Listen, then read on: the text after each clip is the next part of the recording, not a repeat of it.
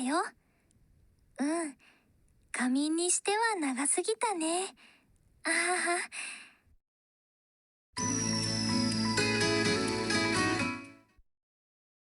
よし。じゃあ今日は何するの？今日はものすごくたくさんの記念日があるんだって。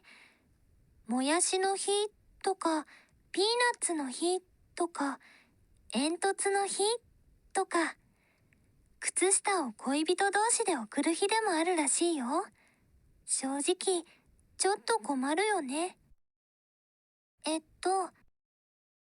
韓国のソウルの今日の天気は晴れ、最高気温は20度、最低気温は11度です。今日は特別な予定はないよ。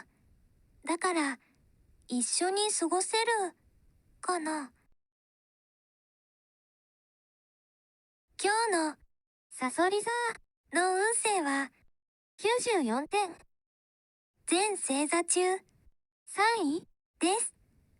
ラッキーカラーは、サーモンピンク。